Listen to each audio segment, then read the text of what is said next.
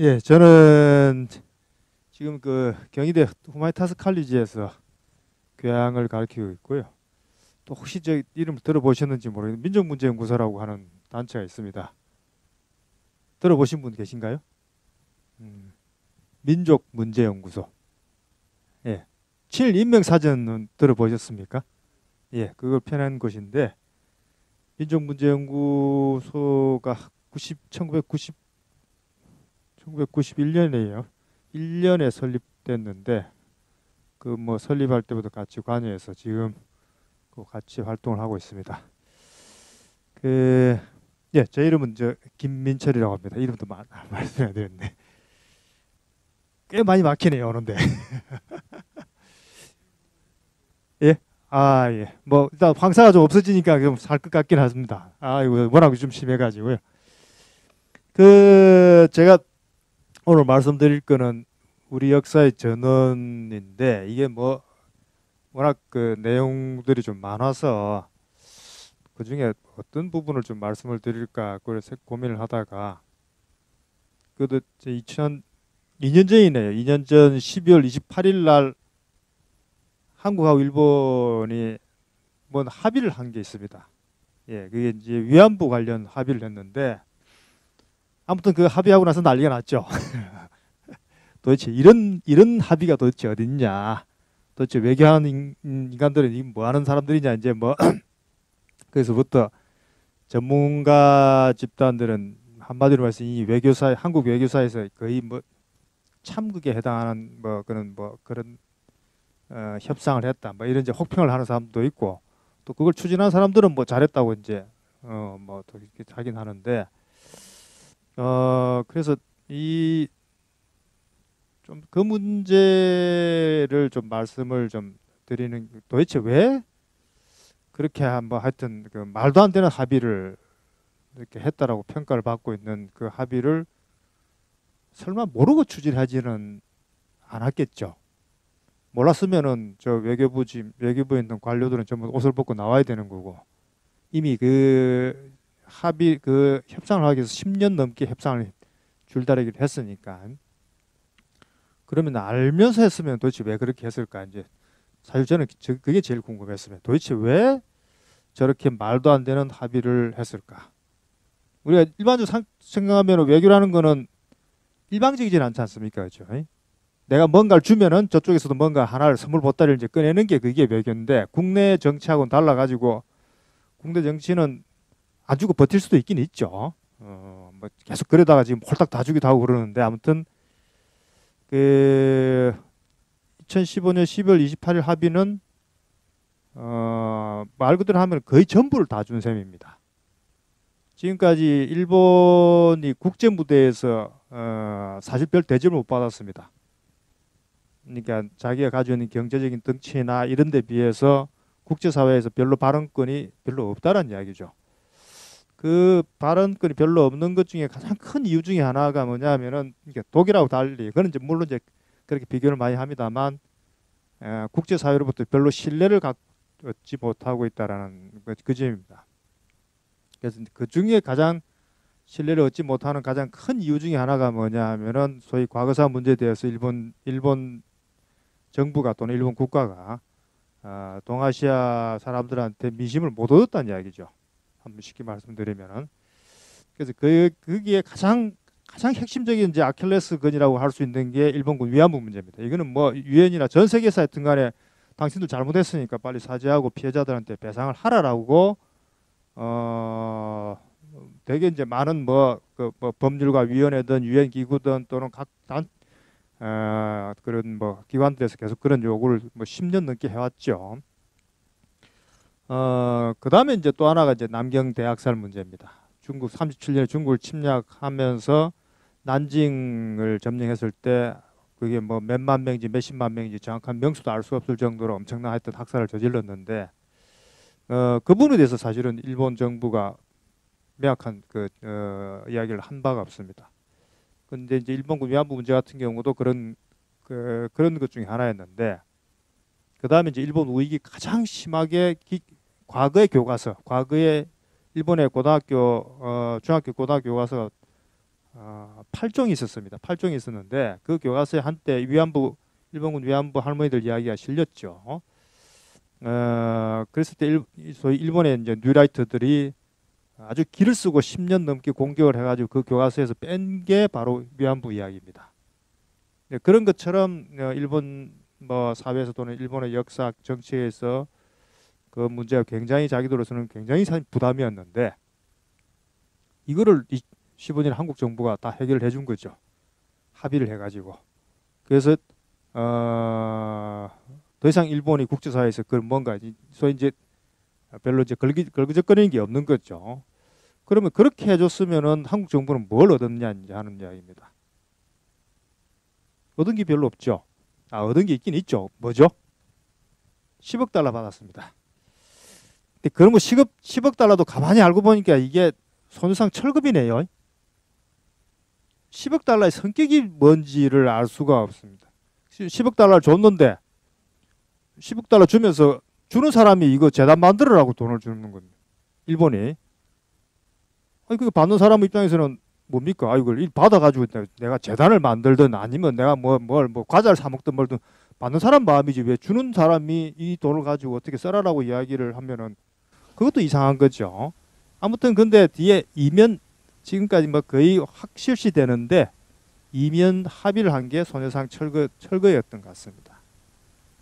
근데 그게 워낙 뭐 국내 뭐 그 여론과 뭐 질타를 받으니까 이제 갑자기 아이고 그런 적 없다라고 이제 뭐 하긴 했습니다. 아무튼 그렇게 지금까지 일본이 지난 한 6, 70년 동안 국제사회에서 가장 골칫거리였던 문제를 해결해 준 대가로 한국이 받은 거는 손해상 철거비로 100억 달러, 100억 받은 겁니다.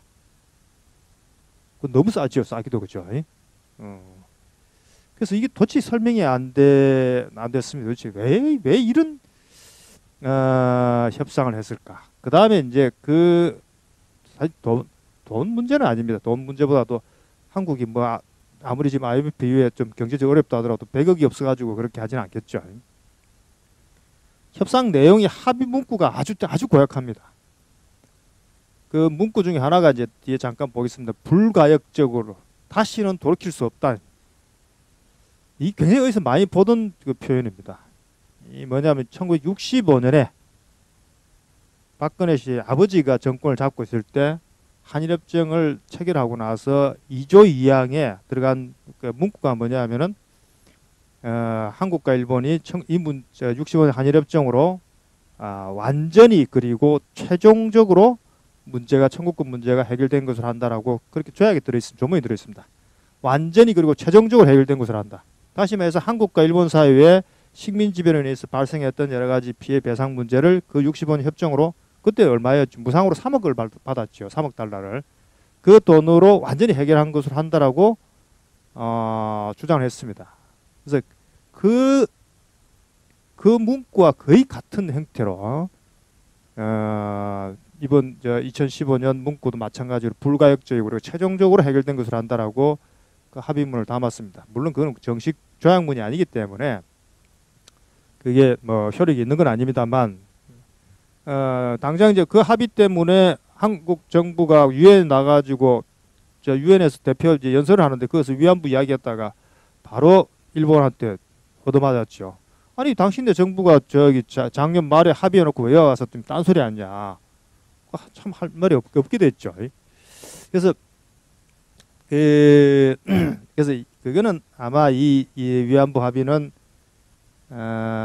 좀 다른 어떤 배경이 있지 않았는가. 그걸 그렇게 강력하게 반대를 무릅쓰고 추진했던 배경이 뭘까 이제 그런 뭐 도대체 이 마지막 퍼즐이 뭐냐 이게 뭔가 하여튼 뭔가 상황이 발생했으면 그걸 설명할 수 있어야 되지 않겠습니까? 이게 왜 일어나고 어떤 뭐 결과를 낳고 하는 건데.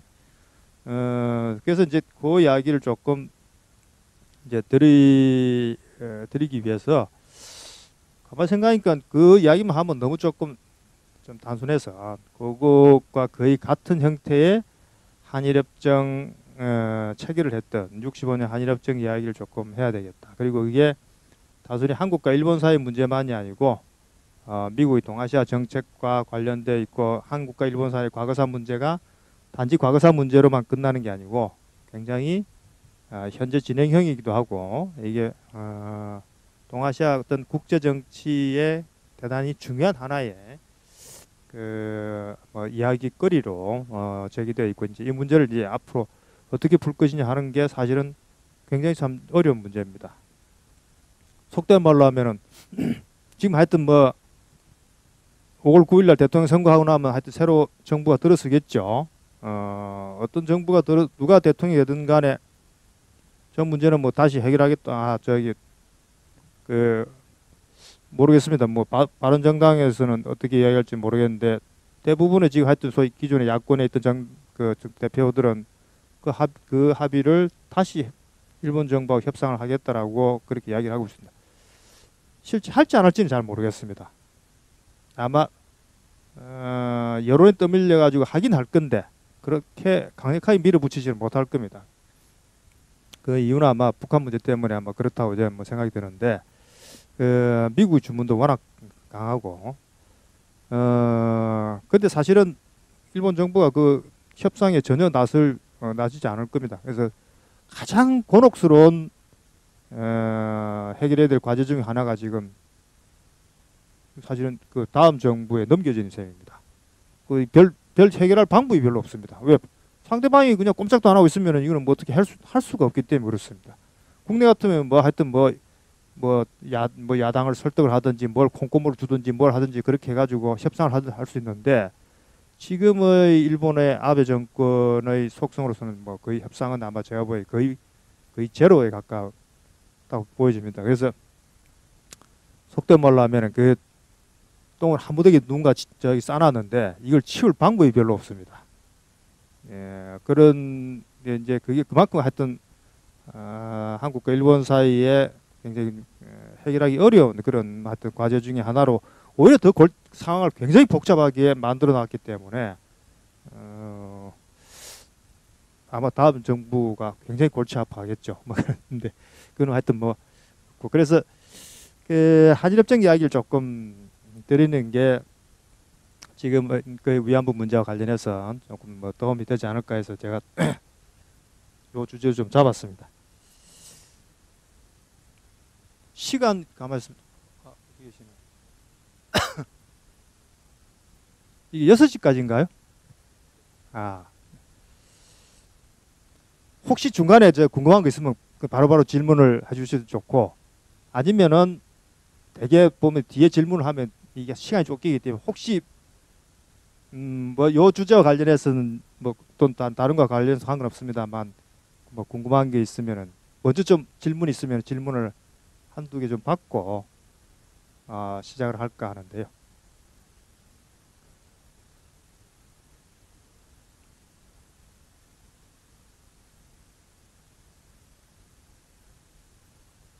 그거는 문서를 열어봐야 되는데 그 열 수가 없죠. 그리고 그게 아마 그러니까 그 뒤에 이제 문서상으로는 그냥 그 소녀상 문제를 하여튼 잘 해결한다라고 돼 있는데 그 외교적인 표현으로는 그거는 그 문제를 해결해 주겠다는 사실은 표현입니다. 예, 그 이제 그걸 이제 그렇게 이제 해석하고 있는 거죠.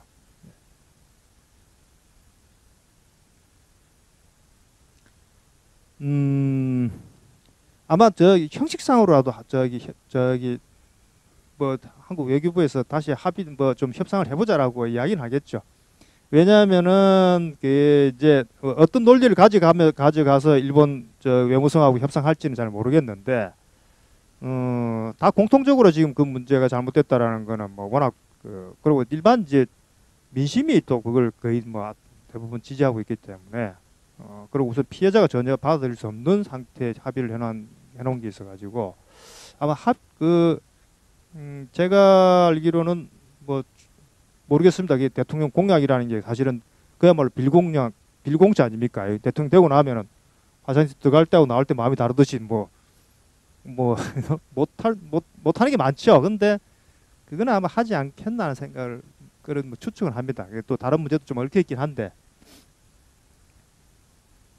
예.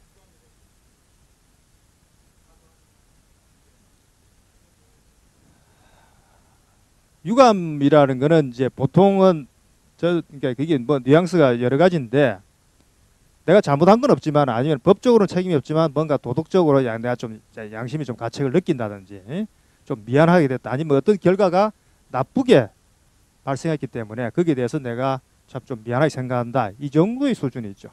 유감 표명이라는 게 보통 우리가 어떤 정치인들이 자기가 뭐 유감 표명을 하면 자기 의도는 그게 아니었는데 결과가 나쁘게 나타났을 때 보통 이제 뭐 유감을 표명하고 그러는데 예를 들면 본인이 뭐 죄를 저질러 가지고 그 죄에 대해서 사죄할 때는 유감이라는 표현을 쓰지는 않죠. 사죄한다고 이야기를 하지. 그래서 그게 이제 그 일본 애들이 장난을 그 말 가지고 장난을 굉장히 하여튼 많이 하는데 합의 문구 중에 하나가 보통 그 오야비라는 단어가 나옵니다. 이게 이제 그 오야비라는 게 뭐 사죄한다는 뜻 우리나라 말로 번역하면 사죄한다는 말이긴 한데 영어식 표현으로 하면은 그게 죄를 지어서 죄에 대해서 사죄하는 게 아니고 좀 미안하다는 얘기. 네, 그런 정도의 수준의 뭐 그런 표현들입니다.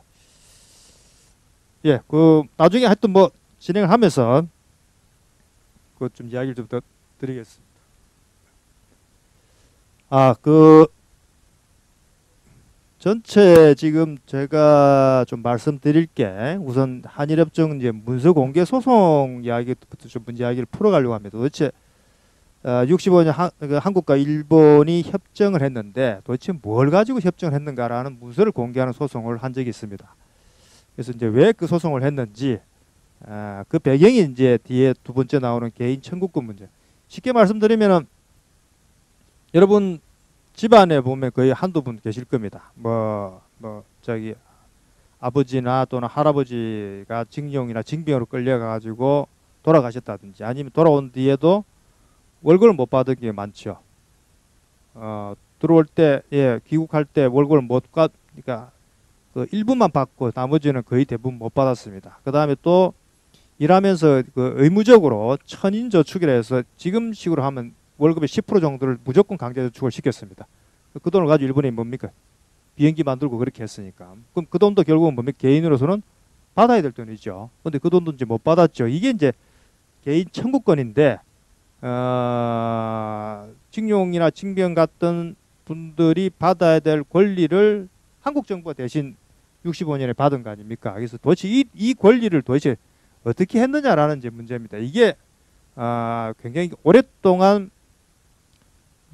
따지면 1970년부터네요. 1970년 초에 손진두라는 양반이 일본에 밀양을 해가지고 일본 사회에 가가지고 일본 가서 이제 그 양반이 나가사키에 있었는데 피폭당했죠. 그래서 이 당시에는 국내에서 저기 원폭 치료를 할 수가 없으니까 밀양을 해가지고 일본에 가서 그 피폭 치료를 하려고 했는데 이게 이제 불법 입국이 되니까 이 일본 사회 굉장히 이제 문제가 됐습니다. 그때부터 시작해가지고 소위 이제 피해자 문제, 강제동원 피해자 문제가 하여튼 일본 사회에 제기되고 지금까지 하여튼 뭐 끌고 있는 거죠. 그래서 그 이야기를 뭐 할 겁니다만, 그래서 그 청구권 문제를 해결하기 위해서 한일 협정 문서 공개 소송한 내용을 좀 말씀드리고, 그 다음에 중간에 미국 CIA 특별 보고서는 조금 그냥 제가 뭐 재미삼아 넣었는데, CIA에서 이제 특별 보고를 이제 미국 정부에 올렸는데 이게 당시 공화당 김정필 총재가 당을 만들면서 일본 기업으로부터 약 6,600만 달러를 정치장을 받았습니다. 그래서 이거는 이 1965년 한일협정의 성격과 관련됐기 때문에 그걸 좀 뭐 말씀을 드리고, 그 다음에 밑에 있는 이제 반인도적 범죄와 강제노동은 지금 현재 지금 뭐 미쓰비시 여자근로정신대 할머니라든지 또는 후지코 씨 할머니들이 지금 계속 지금 저 한국에서 지금 그 소송을 벌이고 있죠. 그래서 이게 이제 강제노동 문제인데 또는 위안부 문제 같은 경우도 이게 이제 국제법상으로 어떤 문제가 가지고 있고 일본 기업의 책임 문제가 있기 때문에 그 이야기를 조금 말씀을 드리고, 그다음에 네 번째는 이제 지금까지 한국 정부가 사실은 이 문제에 대한 입장을 굉장히 애매하게 해왔습니다. 애매하게 처리해왔는데 그 나중에 이제 요 민간 공동위원회에서 보고서를 낸 이후에 이 문제를 해결할 수 있는 중요한 하나의 몇 가지 단서들을 제시를 했습니다. 그래서 그걸 조금 말씀을 드리고, 예, 되게 그런 순서로 조금 이야기를 진행을 좀 할까 합니다.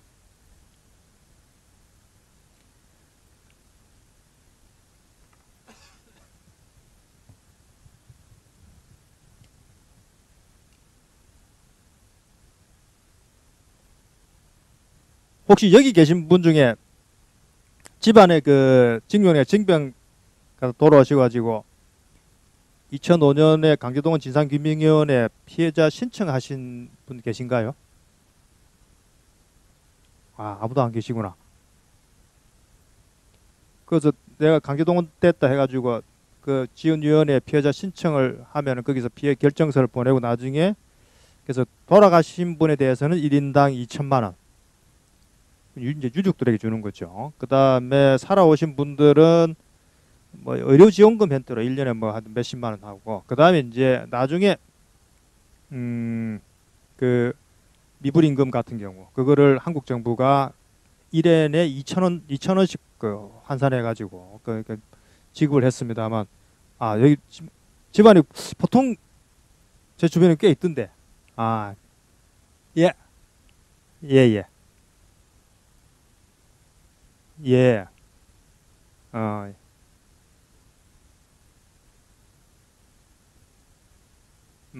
예 예 아 그 저 살아서 돌아오셨네 예 예 있고 예 예 아 그 연세가 꽤 되시겠는데요 음 앞에 예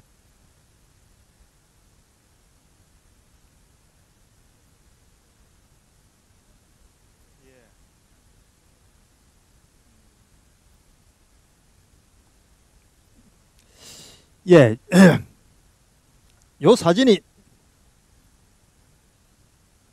아 이게 12년 전이면 저도 꽤 젊은데요. 예, 죄송합니다.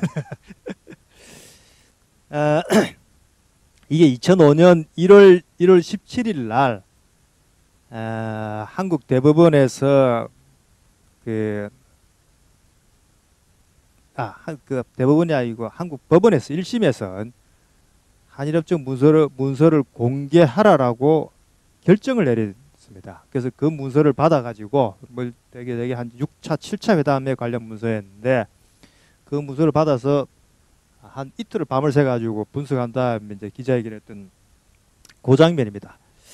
그래서 아마 제 태어나서 이렇게 그날 그렇게 기자가 많이 온 건 아마 처음이었던 걸로 기억을 하는데 왜 이제 이 그 문서 공개를 소송을 하게 됐는지를 배경을 좀 설명드리겠습니다. 1990년대 들어와서 금방 이렇게 말씀하셨던 그 피해자분들이 일본 정부와 일본 기업을 상대로 해서 손해배상 청구 소송을 했습니다. 우선 내가 어릴 때 강제로 끌려가서 뭐 끌려갔는데 그 다음에 저희 끌려갔다 온 다음에 그 다치기도 하고 그랬지 않습니까? 그래서 일본 정부를 상대로 이제 군인 군속 같은 경우는 일본 정부를 상대로 그 다음에 기업 노동자로 갔던 사람들은 뭐 미쓰비시나 뭐 신일본 제철이나 뭐 이런 후지코시 이런 이제 기업을 상대로 내가 일을 했는데 돈을 못 받아서 월급을 못 받았으니까 월급 내놔라. 그 자본주의 사회에 당연히 자기가 일한 만큼 돈을 받는 거는 아주 당연한 거 아니겠습니까? 그래서 가서 소송을 벌였는데 소송이 전체가 따지면 한 30몇 건입니다. 물론 이제 그게 이제 위안부 할머니 소송도 이제 포함이 되어 있습니다만 그 소송에서 전부 다 졌습니다. 유일하게 이긴 경우가 하나가 이제 그 원폭과 관련된 건데 이거는 이제 일본이 아마 피폭을 당했기 때문에 원자 폭탄이 떨어졌기 때문에 그것 때문에 그런 피해의식이 물론 그것도 굉장히 긴 싸움 한 10년 넘게 소송을 벌였죠. 최종적으로 확정이 된 게 2012년이니까 10년이 한 20년 됐는데 완전히 재결된 거는 아무튼 그걸 제외하고는 모두 다 졌습니다. 졌는데 그때 이유가 뭐냐면은 일본 정부나 일본 그 대법원이 내린 판결이 아까 말씀드렸던 2조항입니다. 1965년 한일협정으로 2조 2항에 보면은 양국에 했던 합의한 문서에 보면 뭐라고 되냐면 이것으로 인해서 완전히 그리고 최종적으로 해결된 것으로 한다.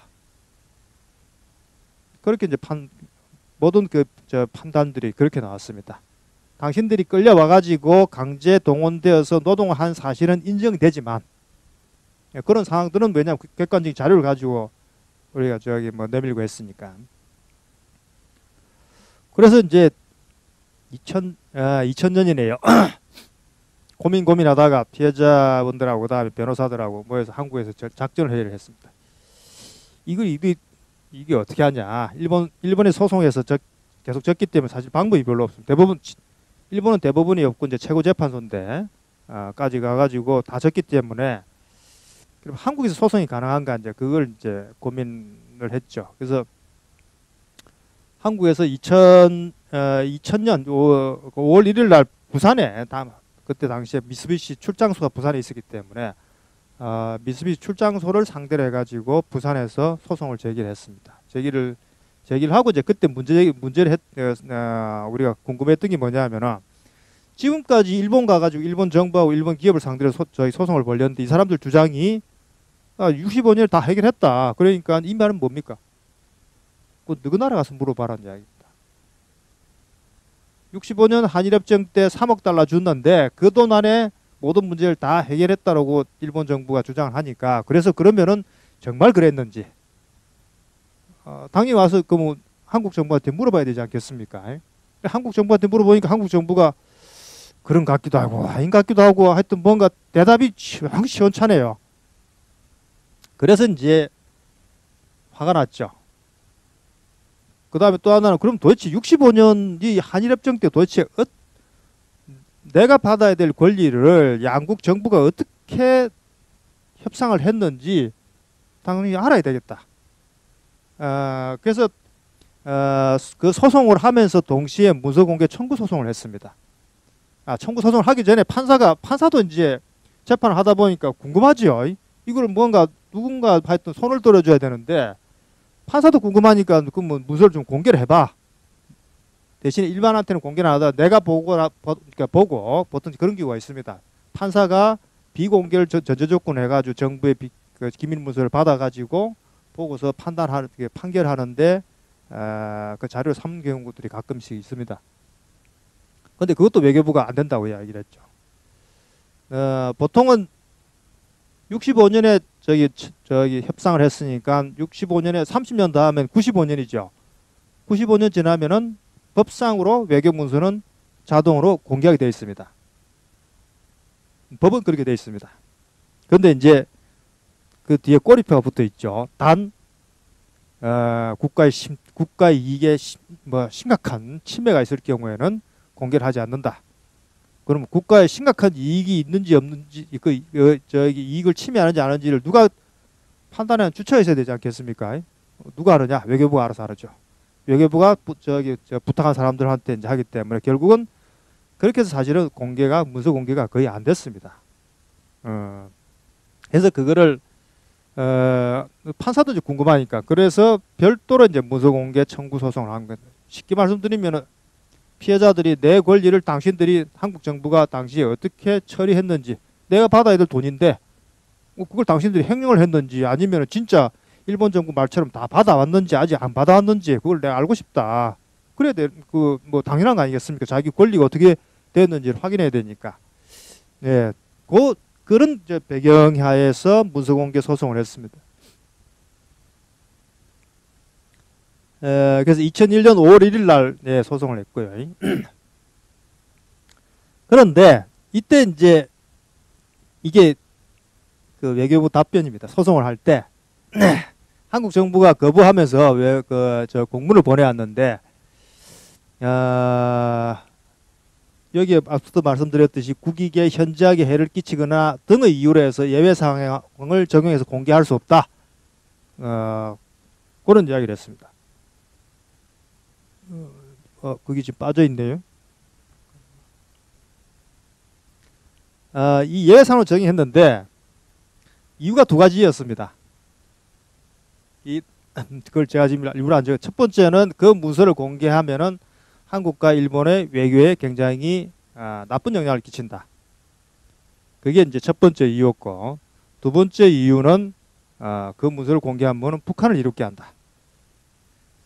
북한을 왜 이렇게 하는지 잘 모르겠습니다. 아무튼 간에 두 가지 이유를 들어가지고 외교부가 문서를 공개를 안 했습니다. 그래서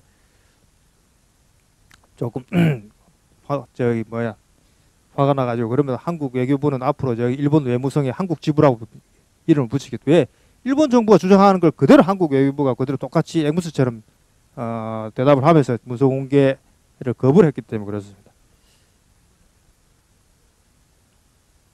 예, 안 했습니다. 나중에 한국에서 하고 난 다음에 이 사람들이 일본의 시민단체들이 한국도 하는데 우리도 해야지 그래가지고 그래서 한국의 피해자 원고들하고 해가지고 다시 일본은 별도로 소송을 해서 거기도 한 10년 넘게 소송을 했죠. 그거는 문서를 한 5번에 걸쳐서 소송을 해가지고 계속 공개를 했는데 그 과정이 있습니다. 근데 하여튼 뭐 문서 양을 따지니 보니까 나중에 보니까 한국에서 공개한 거에 한 10배쯤은 되더만요. 요걸 아까 제가 말씀드렸듯이 이제 피해자들이 이런 요구를 가지고 문서 공개 소송을 했다라는 말씀을 드리겠습니다.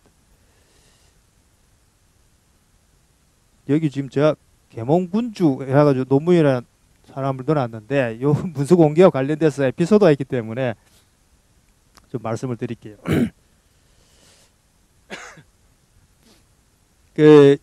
1심에서 하여튼 재판부가 문서 공개 이제 허가를 했는데 외교부가 당연히 뭡니까? 항소를 하죠. 당연히 뭐 항소를 합니다. 그래서 그게 대법원까지 최종 결정이 나야 문서가 공개되는데 당시 이제 대통령이 노무현 대통령이었습니다. 노무현 대통령이 2004년에 8.15 경축사에서 어떤 이야기를 했냐면은 한국에서 그동안 있었던 모든 과거사 문제를 종합적으로 정리하자.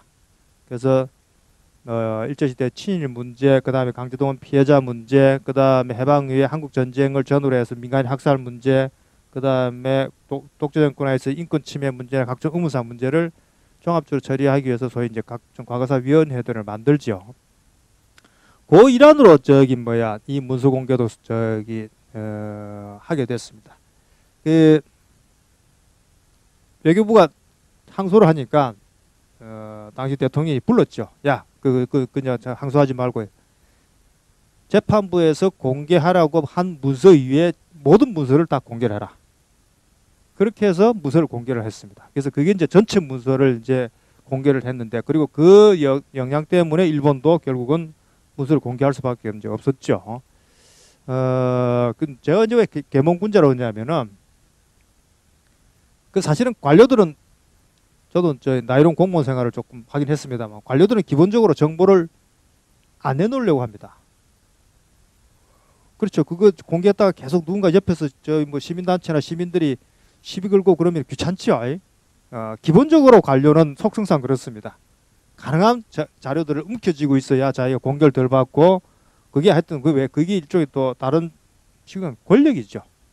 정보라는 건 사실 권력입니다. 그걸 독점하고 있을 때 권력이라는 게 생기는 건데 정보는 공유를 하면 이게 권력으로서의 효과가 별로 떨어지죠. 그리고 이제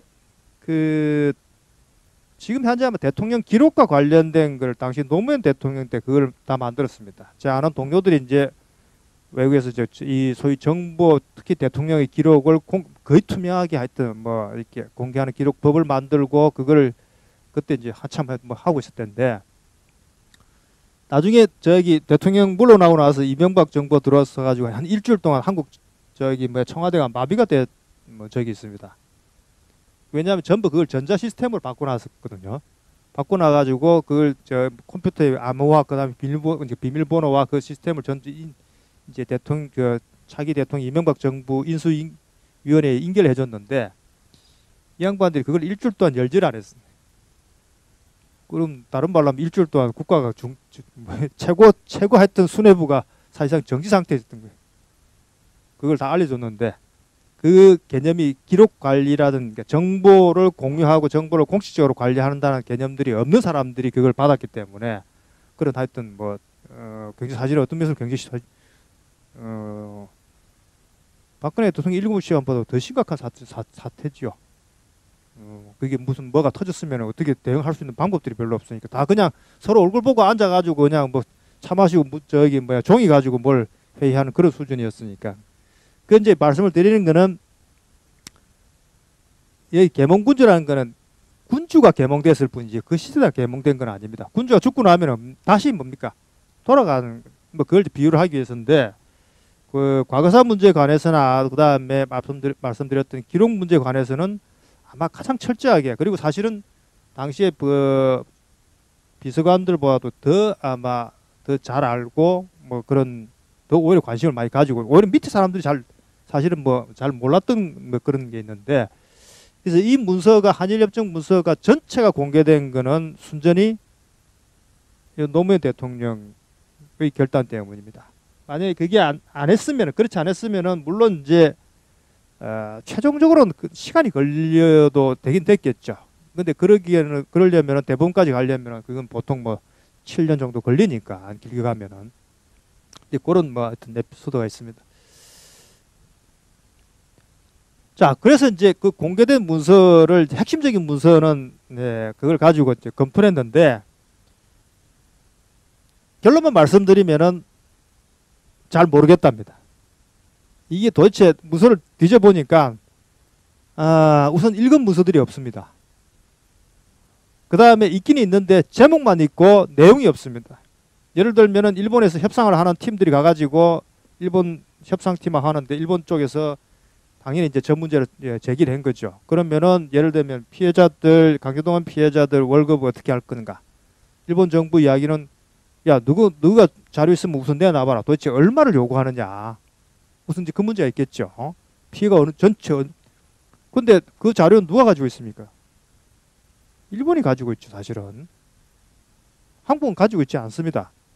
그게 왜? 기업들이 가지고 있기 때문에 그런데 그러니까 한국도 물론 그걸 하기 위해서 이승만 정부 때부터 실제 조사를 굉장히 많이 했습니다만 기본적으로 자료가 굉장히 하여튼 뭐 상대적으로 굉장히 적기 때문에 그 다음에 이제 일본이 뭐라고 장난을 했냐면은 한국 정부는 빠지고 자기들이 직접 피해자들한테 돈을 지급하겠다. 이 사실 안 하겠다는 이야기입니다.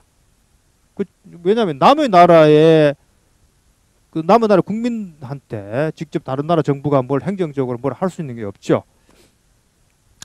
그래서 그런 그 내용들에 대한 그 협상을 하고 있는데 그래서 그걸 뭡니까? 그러면 현장에 협상하는 팀들이 판단을 못하죠. 너무 중대한 문제이기 때문에 결정을 못 내요. 그러면 다시 청와대와 그 다음에 당시에는 안기부 쪽으로 보냅니다. 그러면 이거 어떻게 처리했으면 좋겠냐? 그 다음에 이제 한국은행에서 그러면 개인의 권리 문제이기 때문에 그거는 여러 의견들을 이제 수렴하는 과정들이 있는데 요컨대 제목만 있고 내용이 어떻게 했다라고 어떻게 하라라고 지시한 내용들이 하나도 없습니다. 그래서 이제 그 자료들이 실제로 많이 굉장히 공개된 문서가 생각보다 그렇게 문제의 핵심을 이렇게 파악하는 데는 굉장히 낮은 수준의 문서들이 굉장히 많았다는 그런 뭐 말씀을 좀 뭐 드리겠습니다. 이게 이제 그거는 이제 몇 가지 아마 해보니까 아마 당시 우선 박정희 정부가 개인의 권리 문제에 대해서 별로 신경을 쓰지 않았기 때문에 그냥 일괄적으로 자기들이 받아 처리하겠다. 뭐 이렇게 사실 정치적으로 해결한 거죠. 그건 다르게 이야기하면 이제 개인의 권리에 대한 인식이 굉장히 낮았던 것이고 또 하나는 개인의 이제 권리 문제와 관련해서 저희들이 이제 제일 궁금하게 생각했던 게 그러면 도대체 어떤 놈은 해결이 됐고 어떤 놈은 해결되지 않았는가를 확인하고 싶었는데 그걸 확인하지 못했습니다. 한국과 일본이 한 10년 넘게 협상을 했죠. 한일협정 협상을 하는데 한국 정부가 일본 정부에게 요구한 게 8개 항목이 있습니다. 대일 청구 8개 항목이 있는데 예를 들면 그중에 첫 번째가 뭐냐 한국은행이 당시 조선은행이죠. 조선은행이 일본 은행으로부터 가지고 있던 채권 그 다음에 공채 이런 것도 굉장히 많았으니까 기업 채권들이라든지 그 다음에 이제 실물 자산들 뭐 이런 것들을 이제 쭉 계산했는데 그 중에 하나가 뭐냐면은 6번째 항목일 건데 한국에 징용 간 사람들이 일본 정부로부터 받아야 될 소위 미불임금이죠. 돈입니다. 그래서 그 돈을 이제 계산을 나중에 저희들이 한 적이 있긴 있는데 아무튼 그래서 그 전체가 다 해결된 건지 아니면 그 어떤 부분만 해결됐는지 그게 정확하지가 뭐 않았다는 거죠. 그 다음에 이제 청구권 자금의 성격입니다. 이 돈이 사실 돈이 들어왔는데 이 돈을 돈의 이름을 뭐라고 해야 될 거냐라는 문제가 있습니다. 그거는 한일협정의 그 성격과 관련됐는데 한국 정부는 1965년 한일협정 때 받은 돈이 일본이 식민 지배를 한 것에 대한 사죄의 의미로 준 배상금이라고 이야기를 했고, 일본 정부는 배상금이 아니다는 이야기죠. 왜? 자기들이 식민 지배한 거는 합법이기 때문에 배상은 뭡니까? 불법일 때 주는 거죠. 그죠? 자기들 합법이기 때문에 배상금을 지급할 이유가 없다. 그러면 뭐냐? 그 3억 달러는 그냥 독립 축하금이다.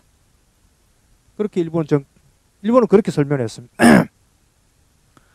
그러니까 당시에 그게 우선 돈도 적기도 하지만은 이 돈의 성격을 놓고 당시 한국 내의 제야 인사들이나 야권에서 굉장한 반대를 했던 거 아닙니까? 그래서 이 돈이 도대체 뭐라고 이 사람들이 불렀는가 하는 그런 문제입니다. 예, 여기 제가 아까 말씀드렸던 5번이네요. 한일 간 재산 및 청구권 협정 요강 8개항 중에 5번째 항인데 한국 국민의 일본 및 일본 국민에 대한 국채, 공채, 일본 은행권 피징용 한국인 미수건 및 기타 한국인의 청구권을 변제할 것. 그래서 이 중에 지금 피해자들이 문제를 삼았던 것은 요 내용입니다. 징용된 국민들이 받지 못한 미수금, 이걸 어떻게 처리했느냐라는 그런 그 내용이었습니다. 다행히 한국 정부가 일본 정부한테 요구한 금액이 좀 궁금했습니다. 그렇죠? 왜냐하면 피해 배상액을 청구를 하려면 금액이 나와야 되지 않겠습니까? 대충 아마 당시 한국 정부가 계산한 금액인데 임금, 연금, 이게 이제 국민연금 같은 경우, 지금 같은 그런 거죠. 후생연금인데, 그 다음에 각종 수당 등을 합쳐서 약 2억 3,700만 엔이고, 그 다음에 사망자 있죠. 사망자에 대한 배상금이 대개 3억 6천만 달러. 그 다음에 그 여기에 대해서 이제 일본 정부가 낸 답변이 이렇습니다. 미수금을 이제 요구를 하니까 우선 자기들이 보니까 일본에 동원된 군인 군속이 24만 2천 명이다. 요건 나중에 말씀드리겠습니다. 이게 24만 2천 명이 아닙니다. 저희들이 일본 정부의 공식 자료를 가지고 조사를 한 결과 45만 명이었습니다. 그 다음에 조선인 노동자가 66만 7천 명인데 요거는 해외로 강제 동원된 사람들입니다. 여기 최소 이제 인원인데, 그래서 요 수치는 뭐 거의 조금 그래도 비슷합니다. 이거는 굉장히 차이가 많죠. 그리고 실제 군인 군속이 굉장히 많이 사망했기 때문에 그런 차이가 있습니다. 그래서 이제 요 이야기는 협상 과정에서 이처럼 굉장히 뭐 문구 하나 가지고 따지지만 도대체 이게 돈을 얼마나 할 것인가를 놓고 서로 그런 실경이들 이제 벌린 과정들입니다. 그래서 그 결과 하여튼 무상 3억 달러를 받고 그 다음에 유상 2억 달러를 받았죠.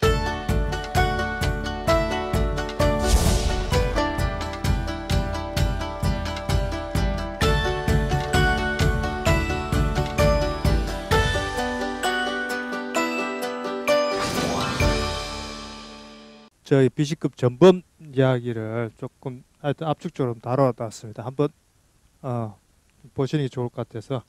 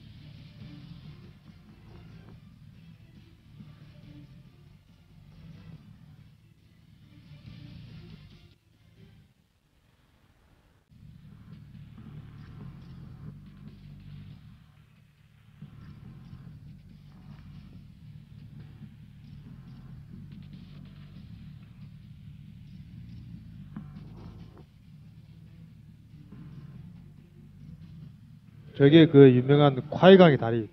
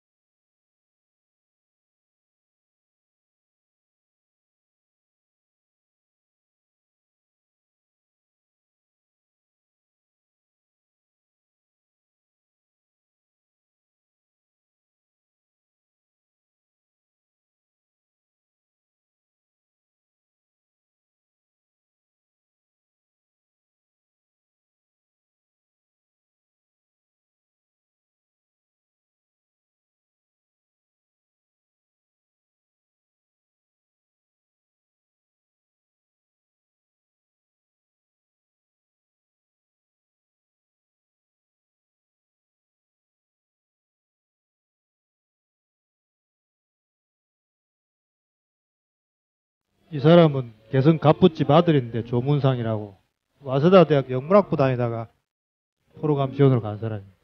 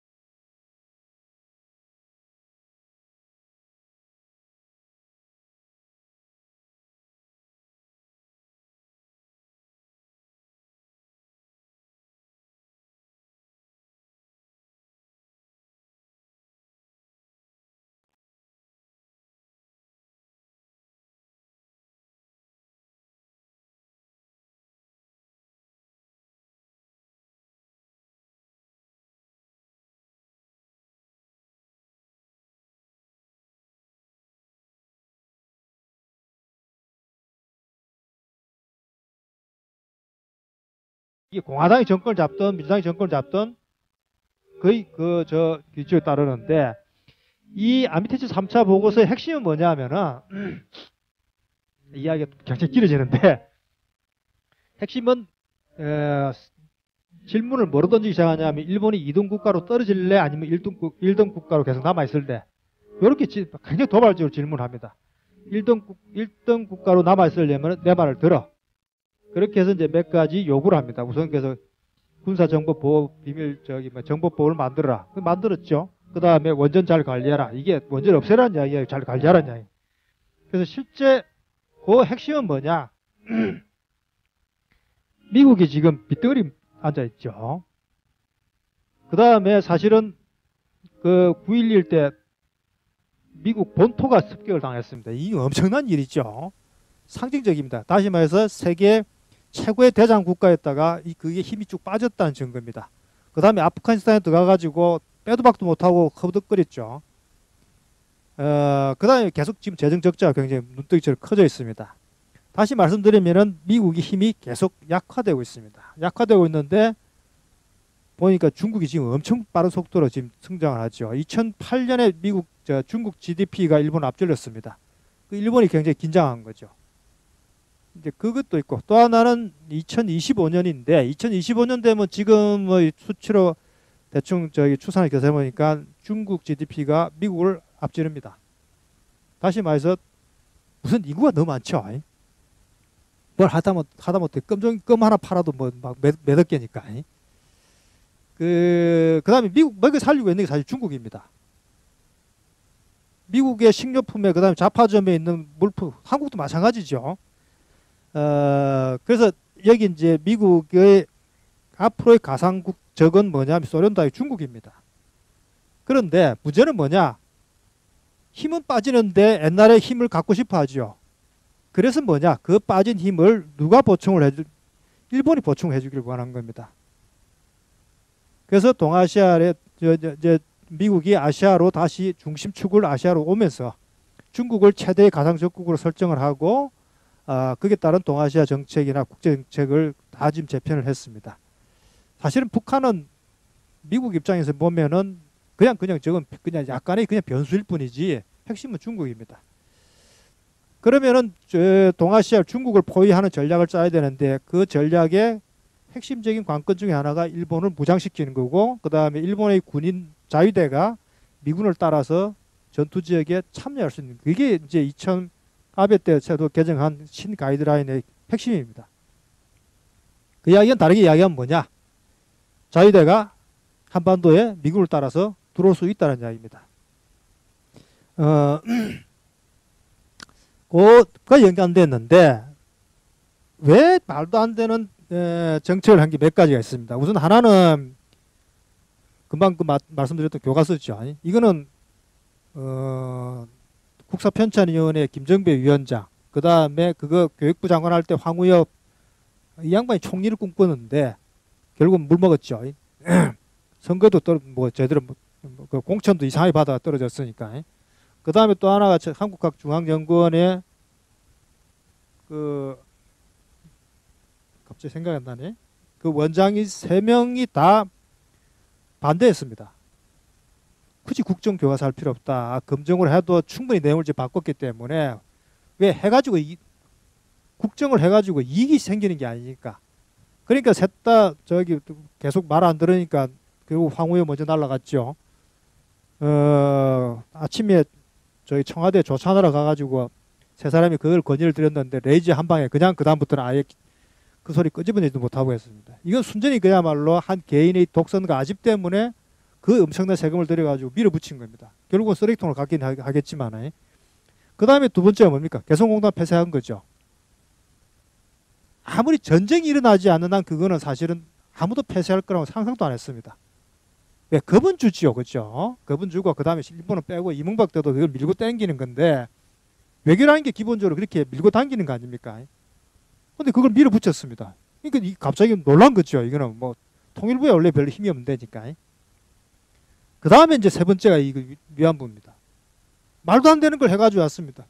담당 국장도 밤에 전화를 받아가지고 이거 이렇게 하기로 했으니까 뒷수습하라고 통지가 온 겁니다. 그러니까 사실은 실무라인에서는 실무라인이 완전히 배제가 됐습니다. 그거는 거의 정확한 그런 이야기입니다만 왜 이렇게 했을까? 그것의 최종적인 참 우스갯소리를 하면은 지금도 지금 감옥에 있는 최순실이 우주의 기운을 받아가지고 예언을 했는지 모르겠습니다만 통일대박론 나온 거하고 연결되어 있습니다. 근데 이게 뭘 배경이냐면은 북한이 곧 무너진다라는 이 사인을 실제로 믿었지 않았는가. 그래서 본인이 대통령이 있을 때 지금도 뭐 이거는 뭐 하여튼 뭐 물론 이제 그건 여러 가지 저기 시나리오와 작전들이 소위 미국의 국무성에 앉아 있는 애들이 계속 하는 게 그거 아닙니까? 근데 사실은 작년 초에 굉장히 좀 안 좋은 그런 좀 신호가 있었습니다. 뭐냐면은 미국의 랜던 연구소라고 민간 싱크탱크지만 실제 중요한 동아시아의 군사 정책 그다음에 정책들을 만들어 가지고 정부에다가 뭐 제시하고 방향을 잡는 데인데 그게 연구원이 한국에 와가지고 KBS에서 2시간 동안 강연을 했습니다. 강연 주제가 뭐냐? 북한이 붕괴되었을 경우에 북한 내에서 쿠데타가 일어나서 북한이 붕괴되었을 경우에 난민이 발생하고 그러면은 어떻게 할 거냐? 한국에서 한국 사람들을 상대로 미국의 무슨 연구자가 공영방송에 그걸 했습니다. 이거는 대단히 상징적이죠. 제가 너무 예민하게 반응을 했나? 사실 일반적으로는 그렇게 할 수가 없죠. 그건 대단히 민감한 문제이기 때문에 어떤 면에서는 그건 사실은 뭐 주권 문제와 관련된 건데 그게 이제 그런 일종의 저는 뭐 신호라고 생각했습니다. 그 신호를 믿었던 것 같아요. 그래서 무너졌을 경우에 어떻게 되느냐? 미군이 들어가죠. 미군이 들어가는데 대개 원산에서 의주에서 원산까지 꺼서 아마 들어갈 겁니다. 그러면은 그 위쪽은 중국군이 내려오겠죠. 그거는 서로 간에 아마 거의 그런 묵계가 되어 있는 것 같습니다. 왜? 쿠데타 일어나는 순간 난민이 발생하면은 중국군도 난민 핑계대고 바로 내려와야 되니까. 그러면은 미군이 들어가는데 문제는 뭐냐 하면 미국 군사 전략상 그 규모나 이런 걸 볼 때 일본의 자위대 2개 사단이 그게 같이 따라 들어가게 되어 있습니다. 지금 현재 그 뭐 군사적인 뭐 그 작전은 그런 건데 그러려면 뭡니까? 결국 한국과 일본 사이에 군사 동맹이 체결이 돼야 됩니다. 근데 지금은 굉장히 이상한 형태죠. 미국, 일본, 미국, 한국 이렇게 지금 삼각 동맹 같기는 한데 이상한 삼각 동맹이야. 한국과 일본이 뭡니까? 이게 제대로 안 돼 있죠.